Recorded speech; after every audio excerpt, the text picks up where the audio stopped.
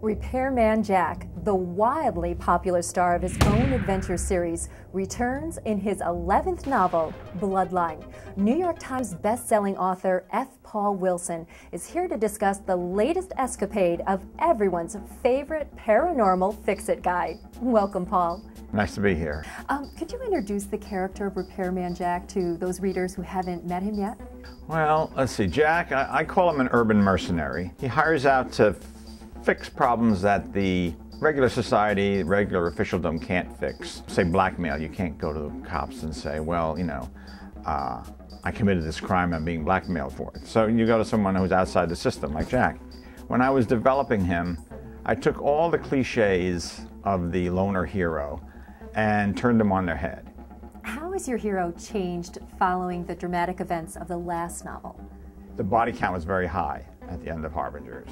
And now in Bloodline, it's 3 months later, and he's having second thoughts about a lot of things. He's a little depressed, he's down. He had some tragic losses that set him off.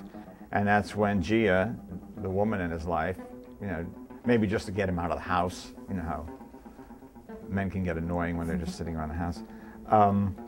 Says, oh, why don't you do this one? It sounds simple. Some woman just wants him to find some dirt on this 35-year-old man who is dating her 18-year-old daughter.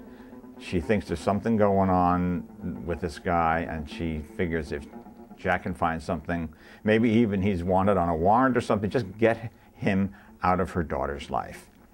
And so Jack starts looking into it, finds out that this guy is not who he said he is, and this opens a can of worms which very much complicates his life and opens some doorways into his own personal life and his past that he would rather have kept closed. Explain for us what the Compendium of Srem is and what makes it so special. You've got to have a secret book of forbidden knowledge, you know, just one of those things. Fell into the hands of Torquemada of the Inquisition, who read it and decided it was blasphemous and wanted it destroyed, and they couldn't destroy it, no matter what they did. And so finally he had this huge deep well dug, threw it in, filled it up, and built a monastery over it.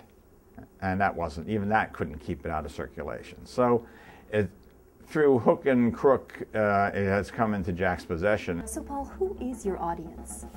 I started out thinking it would be men's adventure with, you know, with paranormal touches. There's a lot of guns. On my website, though, I've been shocked to find the number of women who post on the forum. They've said, too, they said, we're all looking for a white knight. And Jack, in a way, he's a white knight. He is certainly, his armor is tarnished and everything. But even though he's a career criminal, his code of ethics is far more stringent than most of society's. Thank you so much, Paul. Oh, my pleasure. F. Paul Wilson's plucky hero, Repairman Jack, returns in Bloodline, a story about powerful ancient texts, shadowy figures, murder most foul, and the one man who can put it all together.